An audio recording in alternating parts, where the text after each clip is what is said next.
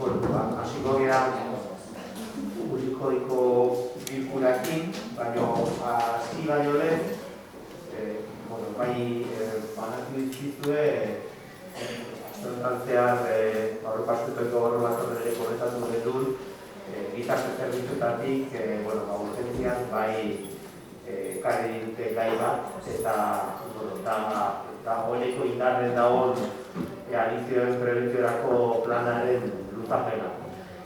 Plan hori, de facto, 2016-tik 21 batera indarren egon da, egia da, hasi diala eguneratze horretan bilatzen, eta ez plenotik pasa, eta ezan ebazpenik egin onartzeko, nahiz eta Eusko Jaurlaritza bideratu izan da, eta praktikan erabili lan plan hori, bai? 2016-21 bateko indarraldia zeukan, eta, izan gizarte zerbitzutatik egin duten balorazioa da, gomendioa da, plan hori luzatzea gutxienez, 2022 urtean indarraldian egon dadin, Eusko Jaurlaritza badagolako mailako planaren eguneratzea prestatzen, eta egin beharko dana da plan horren arabera gure tokiko planak garatu, eta baita ere parte hartze prozesu baten bidez da eragileen parte hartzeakin. Orduan, bai planteatu digutena da urtebetez luzatzeko, 21 baten nola bukatzen den,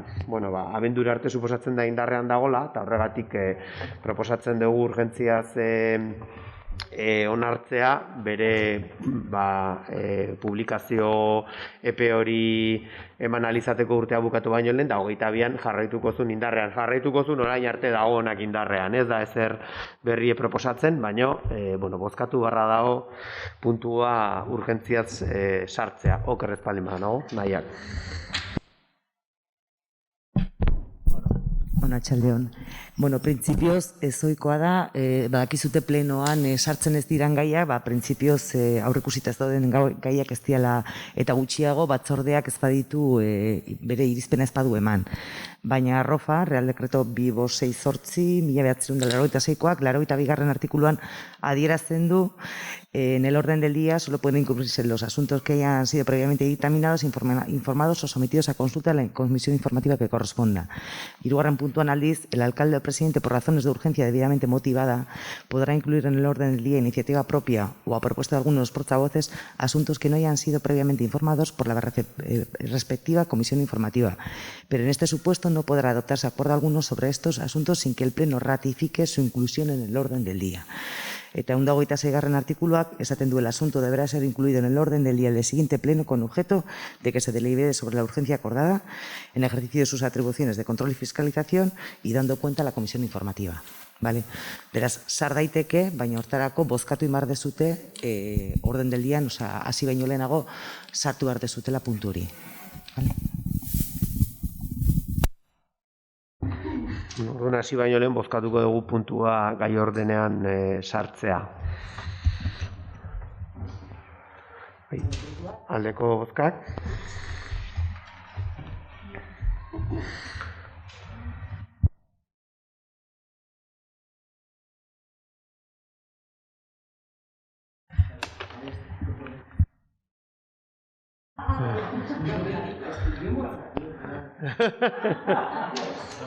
Cambio look. Lo único, puedo comentar que la urgencia, yo no voy a poner nunca pegas a que se trate un tema por urgencia en el Pleno, pero la urgencia no es tal en la medida en que la subvención, probablemente el programa de subvención salga en julio más o menos del año que viene. Interesa tener una prórroga pues para cubrir los primeros meses del año, pero en principio la urgencia del plan siempre viene un poco en la medida en que tienes que tener un plan para poder solicitar las subvenciones, es que tendríamos un tiempo bastante amplio, no solamente para elaborar el plan, sino sobre todo para elaborar la evaluación del actual plan que finalizará en diciembre y que sería necesario un poco darle una vuelta y evaluarlo para elaborar luego el siguiente plan. Probablemente el octavo plan de adiciones del Gobierno vasco salga como salió en el 2016, al poco tiempo de, por mayo, y siempre vamos a andar justos a la hora de adaptar el plan al Gobierno vasco, ¿no? Pero bueno, nosotros estamos a favor de que se haga.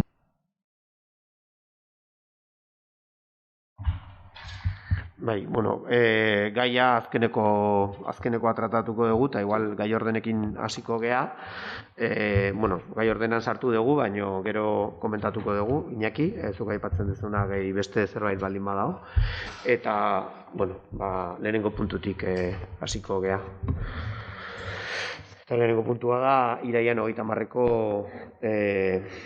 batzarran aktaren onarpena.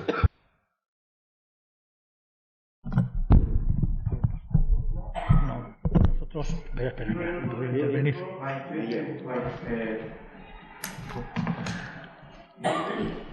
¿Quién va a intervenir? No, yo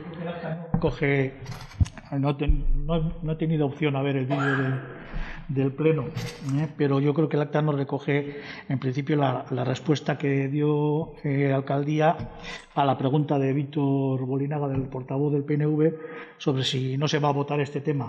Yo creo que diste una respuesta que se había traído el tema al pleno, pero para que, no recuerdo exactamente, pero para que luego los partidos pudiéramos hacer aportaciones, etcétera, etcétera. Y no viene recogida la respuesta. Yo creo que interesa que venga recogida. Y luego la respuesta de la secretaria al tema de la consulta, de que se había hecho ya la consulta pública, vino en función de una pregunta o una cuestión que planteé yo, que tampoco recuerdo los términos exactos, pero por eso creo que se podría dejar el acta hasta revisar el vídeo, para incorporar pues las respuestas y las preguntas correctas. Yo poco puedo decir porque no es un acta que he recogido yo, es el acta que redactó Ainhoa. Entonces yo me hago cargo del acta que recojo yo. Yo recojo en este acta, pero será una subsanación que tendrá que hacer la secretaria. Sí. Vale.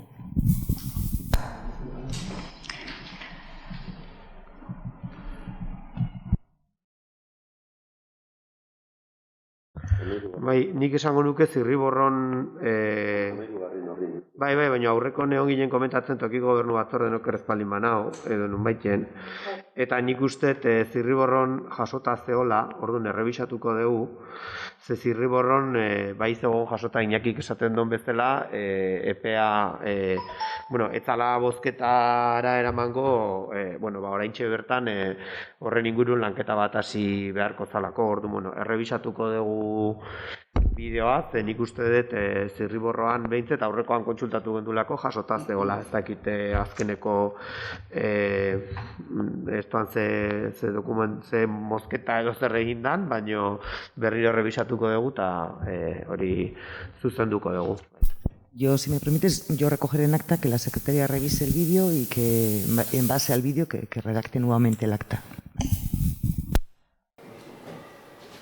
Sin más, esaldi bat idatzita dago nikitzein unian, guk ez daukagu asambleari, hori ordez, ez genula egin gai hortarako zehazki asamblea, baina ez daukagula asambleari.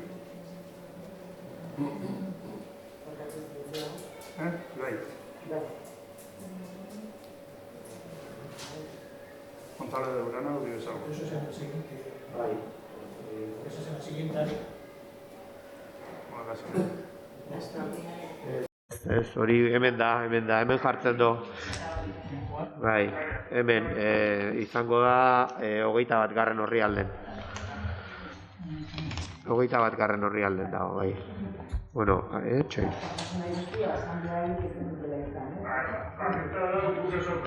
Bai, hemen jartzen du, guk ez daukagu asamblearik, eta...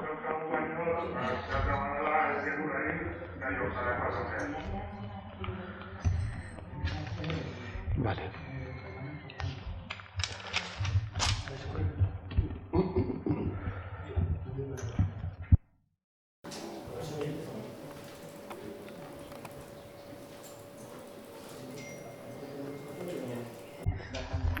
Ikusita, Ibaien kindako zuzenketa iruditzen zait nahiko automatiko eta erresa dela, baina horregia da Iñakik egindako zuzenketa horietan agian beste erredakzio bat eskatzen dula aktan lanketak, orduan hurrengorako utziko dugu. Printzipioz bozkatu gabe utziko dugu eta zuzenketakin ekarriko dugu berriz. Ja, pues es que ahí no más Nik uste bideoa ikusiko dugu eta bideoaren transkripzio literala jasoko dugu eta jazta, bideoen transkripzio literala. Eri aukera ematen balin bazait eta berari nik komentatuko diot, ez balin badago inongo arazorik, nik bideoa ikusi nezake eta osatu nezake akta. Baimena ematen balin bazait, utziko dugu. Orduan, hau utziko dugu hurrengorako bozkatu gabe, eta bigarrengoa pasako gea, hori bai da ezoikoa urriak 13ko udalbatzarraren aktaren zirriborroa bozkatzea. Nik galdera bat. Lehenengo horrin jartzen dezu aurrez aurre ez da udalbatzan Arantxa Fernandez, baina bideokonferentzien bidez parte hartu naiz, baina botoik ez daukela. Enizun oso ondo ulertu, zatik honek esan nahi baldin bado, bideokonferentzi bidez egin ditugun pleno guztik, ez dutela balia bideik, pues...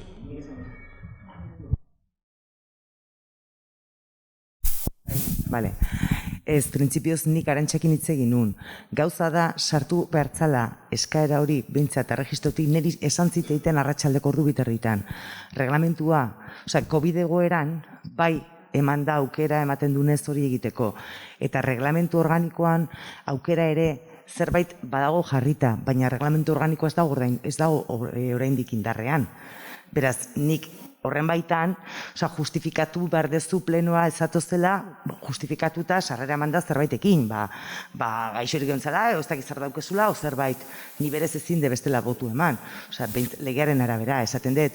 Beste gauza bada, barne erreglamentuan jartzen balin bada aukera hori ematen dela eta barne erreglamentu hori onartuta balin badago. Baina ez dago indarrean gaur egun. Oraindik ez dezute onartu. Nizeren baitan ematen dut aukera. Esaten du, legeak esaten du justifikatzen balin bada, eta nik etxetik erregistrotik sartzen balin bada justifikazioa, nik ez daukat inongo arazorik, eta nik behakin komentatu nion, ez naukala inongo arazorik, baina niri arratsaldeko ordu bitarditan 3 esan zitzaidan hori. Eta begiratu nuen reglamentua, eta reglamentu indarrean ez dago.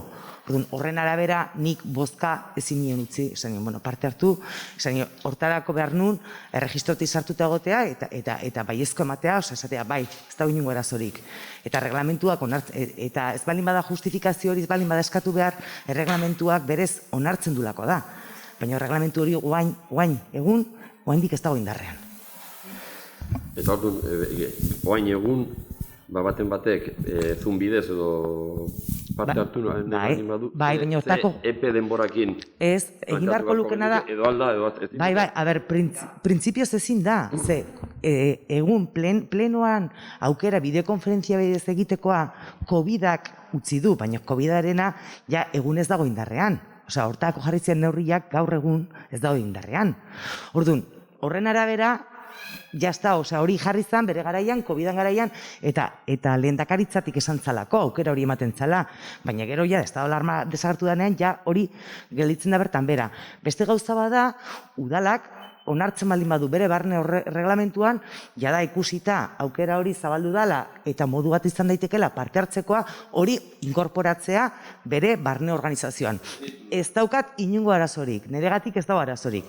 Baina ulertzen diazu, estado alarma baten jarritako neurri bada, estado alarma egun ez dago, erreglamentuan badago aurrikusita zerbait, baina ez dago indarrean erreglamentu hori. Orduan, nik zeren baitan utzi behar dut, legearen arabera, según la ley de bases de régimen local, la ROF no debo de permitir. Eta bestela da, justifikatu behar dezula. Eta nik esan, ez dago inongo arazorik, etxetik, erregistro bidez, bialtzen malizu, inkluso emailez, baina egokiena, legezkoa, da registro de entradan sartzea, eskaera hori. Eta justifikatuta balin badago, ezintasuna dagola eta urgentzia badala, kasu hortan uzten da. Baina hortako, margen utzi behar da, ni arratsaldeko 3 esaten zait, eta daukat udalbatza 6, eta ez dit, araudiak ez dituzten, zer egiten dut, ez? Hori da. Bai. A mí me llegó a las... Sí. Sí. Cuando me llegó a mí la notificación, yo lo primero que hice es llamarte en cuanto me llegó la notificación, que me llegó a las 2:00 de la tarde. No, lo que pasa es que, bueno, si vamos a lo legal, tendría que haber sido por registro. Entrar por registro directamente, o sea, desde casa con el vacuum, metes en el registro y ahí queda constancia, pero a mí me llega, como secretaria me llega a las 2:30, 3, que es cuando levanté el teléfono y te llamé directamente. Nik uste bai denak, nik ere komentatu nion nahiari, komeniko litzakela komunikatzea zinegotzi momentu honetan ze aukera ditugun, ez? Nik uste botoa delegatzeko aukera badaukagula, baino horregatik egintzan zentzu baten bai Roman reglamentu horren aldaketan proposamena daukaguna oso zarra dalako, beste gauza batzun arten, baino olako gauzak ez ditulako aurrikusten. Momentu honetan ez daude aurrikusita olako aukerak zunbideziteko, egia da COVID-an alarma egoerak posibilitatu ditula gauza asko berez bai plenoan, baina bai beste esparru batzutan ere, printzipioz araudiak onartzen ez ditunak, eta helburua behintzet da araudi hori o reglamentu hori lehenbailen onartzea berriro aukera izateko horre jasotzen dien kasu horietan, beharrezkoa dan kasutan plenon jarraipena hola egin ahal izateko. Baina egia da bitarten komeniko litzekela baita landuko edo pixkat momentu honetan ze aukera daukagun zinegotzi bezala gure bozka delegatzeko beste reglamentua Roma edo reglamento organizazio municipal hori onartu bitarten, ze hor bai atal baten bai jasotzen da plenoak eta bideokonferentzia bidez jarraitzeko eta bozkatzeko aukera. Buruan, komentatu nion Arantxari ere beste modua dela delegazio egitea, beste zinegotzi batean botua delegatzea. Eta esan nion, hori ez dago inungo arazorik ere, hori idatzi basartzen da, delego, tal esto, y no hay ningún problema. Bai, ez, baina nahi ondo gustatzen zitela, esatea ez dela izan erabaki diskrezional bat baizik, eta nik olako gauza diteko araudi batean oinarri bat eduki behar dut. Eta nik egia da pena emantziala esatezu, hola, baina berez oinarritu hartzea, eta berez ley de bases regimonokan eta arrofak ez du usten. Esaten du, el que no aparece en el pleno, es ausente. Orduan, nik horren arabera, egia da, aukera badagola, baina rofean, hemen reglamentu organiko, barruko reglamentu organikoan ondo arautzen malen badezute, idazkariak ez daukaz zer esanik. Se acepta. Baina arautu imarra zute zueko, onartu imarra.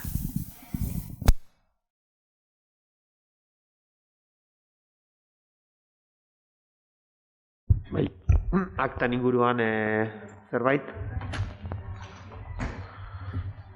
Orduan, bozkak, aldeko bozkak.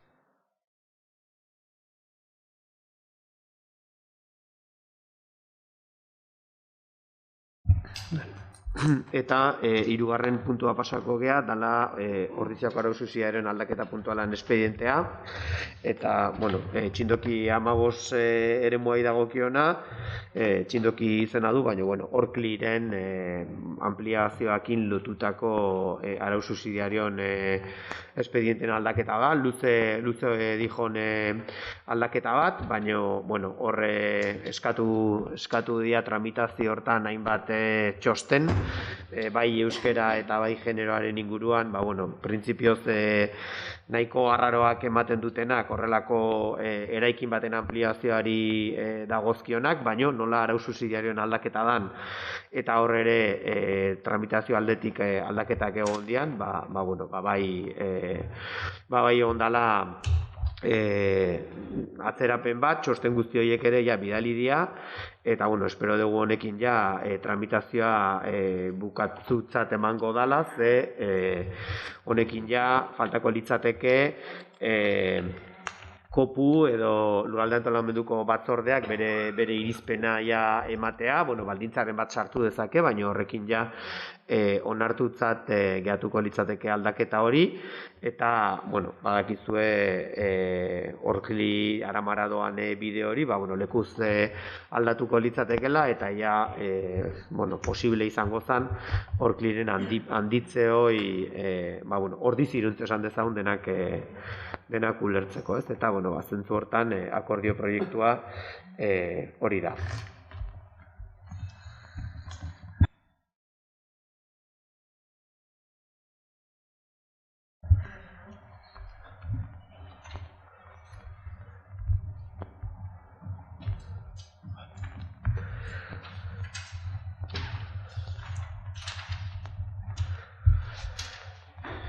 Hurrengo puntua, akatsa dago gai ordenean, ikusten duzue 8. zenbakia jartzen dula, baino proposamenean ikusten duzue 3 eta 5 dala, ez da Urdan eta 8, Urdan eta Kalea 3 eta 5 da, hor badakizu guaintxe bukatu dan etxe bizitza hoiei badagokien gai bat da, eta azken finean ulertzeko da, hor bere garaian existitzen zian garai baten BBVA zegoen eraikin hori eta ondokoa, horiek gogoratzen baldin bazeate, bera jesteko eskairen, orain gaur egungo aparkaleku hortan, zati bat zuten.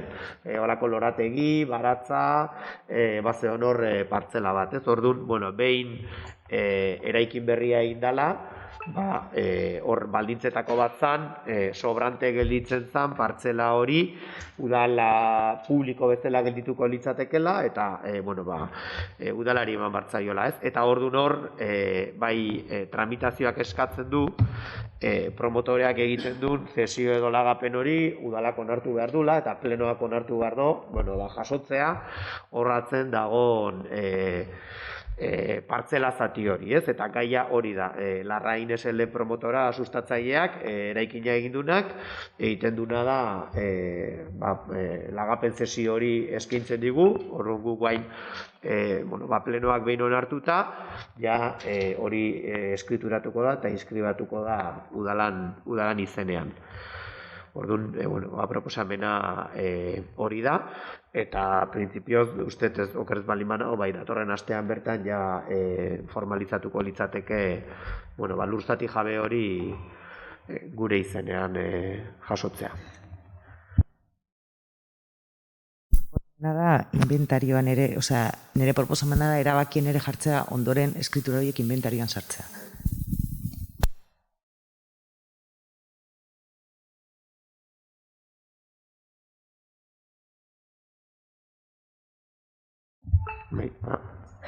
Bozkatuko dugu orduan, aldeko bozkak.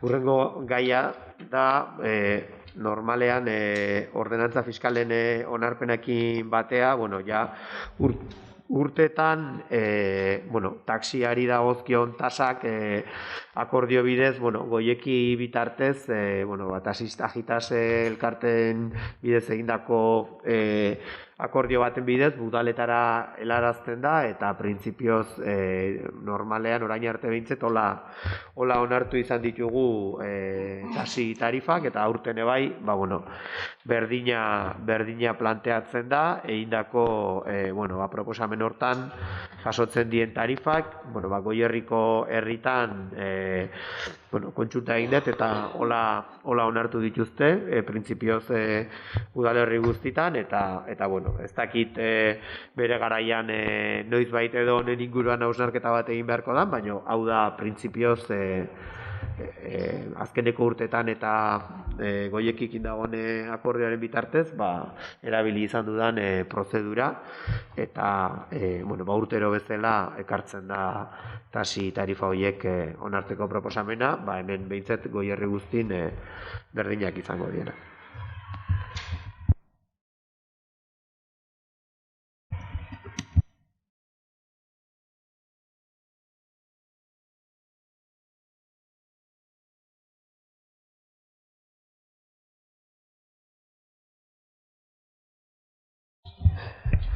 Eta hurrengo puntua da Iraileko alkatetzako dekretun berri ematea, horren inguruan. galderarik edo baldin badago.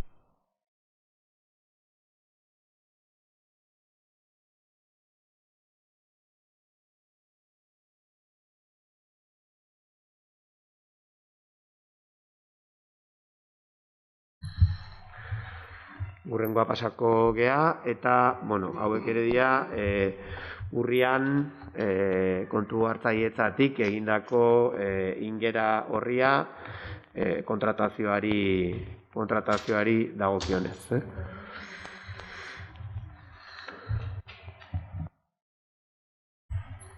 Horren inguruan ez baldin badago ezer.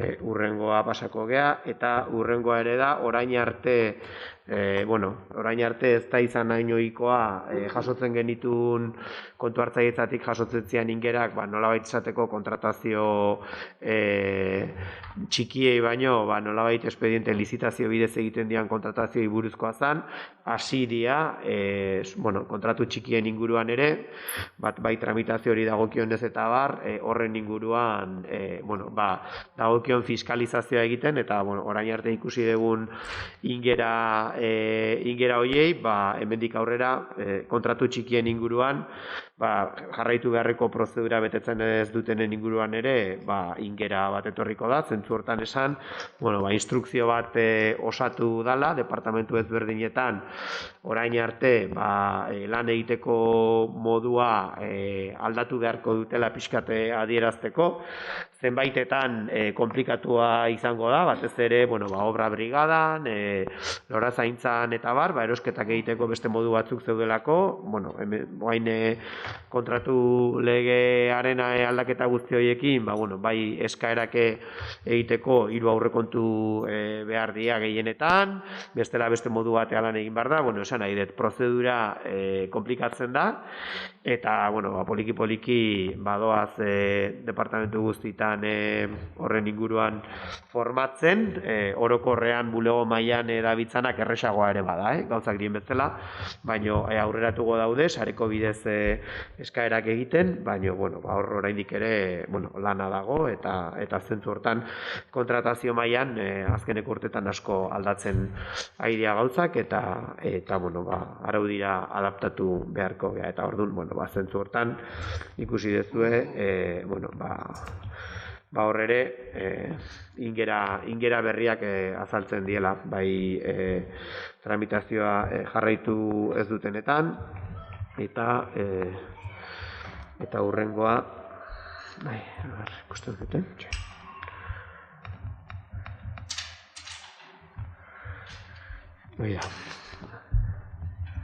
eta hori da, ez hurrengoa da azkenean, badakizu ingera dagoenean, ingera hori altxatzen dela, zerbitzu horiek eman dielako eta ordainketa horiek agintzeko.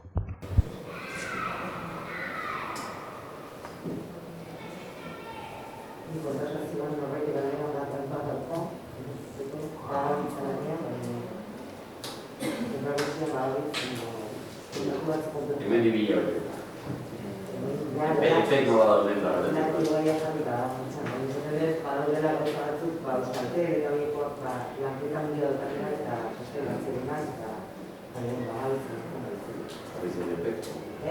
Jarri zien epek, epe batzuk jarri zien ez, hemen 2.000 hori eta horretuko da. Txikei hasi da, ja esan da, ez nahi zen, ja ez parrein. Lehenengo egunetik ez gaziko presioa.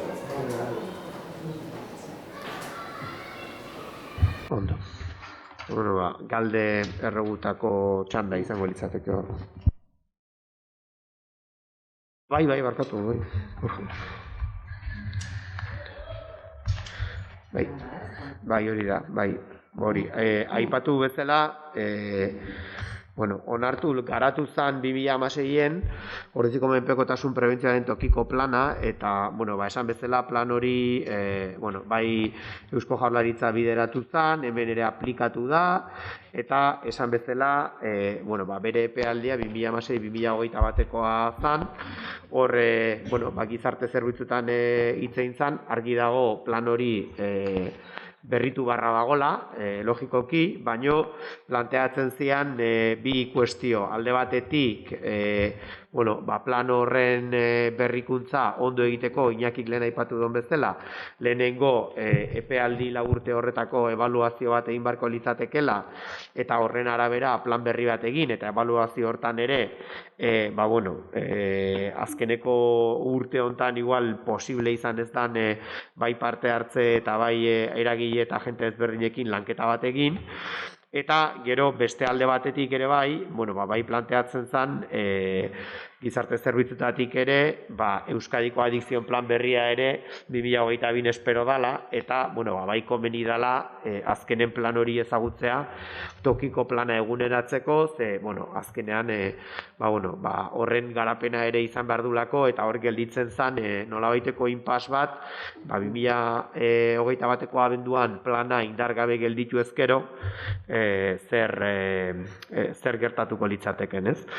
Zentzu hortan, bai horregia da izan diru laguntzak edo deialdiak 2022 urtean edo atera daitezkela, baino azkenen, bai gizarte zerbitzutatik eta idazkaritzatik bai baloratu zen, seguritate juridikoagatik ere, horregatik etorri da urgentziaz, planak plenotik pasa behartzula, naiz eta 2016koa etzan pasa, de facto bai egon da indarrean, ordun plenotik pasa, ratifikatu bere garaiko onarpen hori luzatu, argitaratu dagokion esposizio publiko hori egin ahal izateko, eta, behintzet, abenduak 31 aiatu tramitazioa eginda, urtarrilak batean, 2022an ja planean indarrean egoteko, behintzet gure aldetik ez egoteko hor, akats bat, edo behintzet defekto de forma bat esaten den bezala, gero, bai diru laguntzetan eta arazorik ez izateko, ez? Hor ere, denok nik uste egunerokotasunen ikusten degula, deialdi bakoitzean, logikoa dan bezala, baina diru laguntzan deialdi bakoitzean exigentzia maila eta baldintza maila areagotzen nahi dela, ez? Eta geroz eta ohikoa izaten dela horrelako akatsen batengatik edo diru laguntzak ez lortzea. Orduan, zentzu hortan, txostenak gizarte langileak egindako txostenan hori argi pixka eta aipatzen du zergatik beharrezkoa dan luzapen hori egitea, eta proposamena hori da, ez? 2000 alde batetik 16 eta 22ko plana onartu edo behintzet berrestea, bere garaian etzalako onartu, eta orain ordun bere esposizio publikoa izango du plan horrek, eta eraberen luzapena onartzea 2022 indarrean egon dadin, bertako plan hori, eguneraketa hori egin bitartean. Una matización. Este tipo de planes no es imprescindible ni menos obligado pasar por pleno. Hay planes que han sido aprobados en pleno, hay otros planes como el de Bilbo que han sido aprobados en Junta de Gobierno, y el único requisito que te piden para las subvenciones, y así figura en la solicitud, es que esté vigente. Y la vigencia normalmente se trabaja año a año en los presupuestos cuando tú incorporas las acciones o los proyectos que crees conveniente para ese año. Simplemente esa matización. Nik bakarrik esan, tokiko gobernu batzordeak legegintzaldi hontan bai eukiko luke aukera delegatuta ditulako eskumenak, baina aurreko legegintzaldietan nekez eskumenik etzulako tokiko gobernu batzordeak erabakirik hartzeko. Zentzu hortan, plana onartzekotan onartuta egon beharko litzateke ebazpen baten bitartez, eta ebazpen hori izango litzateke edo plenokoa edo alkate dekretu bidez.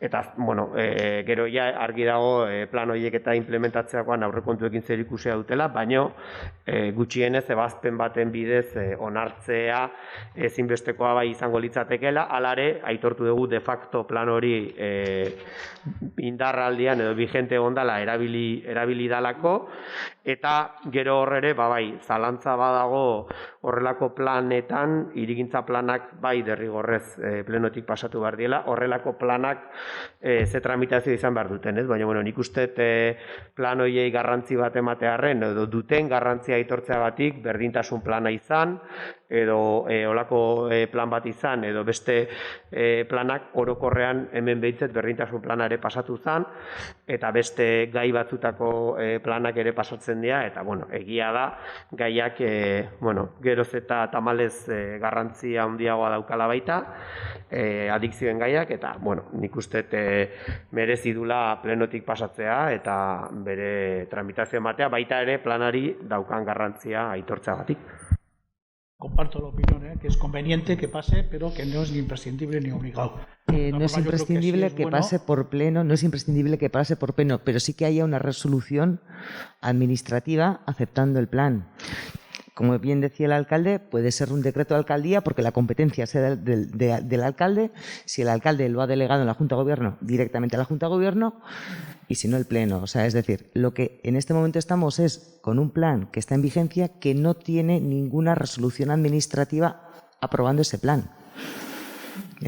Que podría ser que te podrían echar para atrás pues diciendo, porque lo primero que te piden es la aprobación, igual que en las subvenciones, te piden el plan de subvenciones que por dónde se les da igual el carácter, si es un decreto de alcaldía, si es la Junta de Gobierno, la competencia, ya luego lo que es el reparto de competencias, cada ayuntamiento tiene el suyo, pero sí que tiene que haber una resolución administrativa. Y en este caso no lo hay. Por eso se está pidiendo, o por mi parte pido que haya una ratificación para que no tengamos problemas a la hora de recibir las ayudas. Porque es muy fácil que luego no haya dinero y te digan, bueno, tú no tienes ¿dónde aprobaste? Y dices, pues no la aprobé. Pues mira, pues ya, defecto de forma y te quedas fuera de la convocatoria. Pues es lo que quiero evitar. Yo sigo manteniendo que es conveniente para que no nos pase lo que nos pasó en los años 2014 y 2015, que ya había finalizado el plan de acción de ediciones, que finalizaba en 2013 y estuvo pues 2014 y 2015 precisamente sin plan, sin vigencia y sin nada. Es conveniente corregir esa situación y por eso apoyamos el tema, o sea, simplemente. Y también estoy de acuerdo también con el alcalde de que estos planes, las normas, o sea, muchas veces las leyes sectoriales dicen que se tiene que efectuar la aprobación, pero no dicen cuál es el órgano por el cual se tiene que pasar. Entonces, lo que está claro, lo que comenta él, que los convenios y los planes de urbanismo están clarísimos que son plenarios, todo lo que es urbanismo, pero todos los demás planes no, las leyes sectoriales no indican cuál es el órgano que lo tienen que. Pero yo también estoy de acuerdo de que cuando se aprueba en el Pleno ya es con el consenso de todos, ya va con otra, y a día de hoy con tanto en igualdad como en subvenciones, como el plan de contrataciones, cada vez se está dando más importancia porque se quiere normalizar, ¿no? O el plan de normas, o sea, todo eso. Entonces, yo sí soy partidaria de que pase por Pleno, pero es mi opinión. El plan estratégico de servicios sociales se aprobó aquí, el plan de igualdad, estoy de acuerdo, por eso es conveniente que no pase lo que pasó en 2014 y 15. Bai, aldeko bozkak. Aldeko bozkak.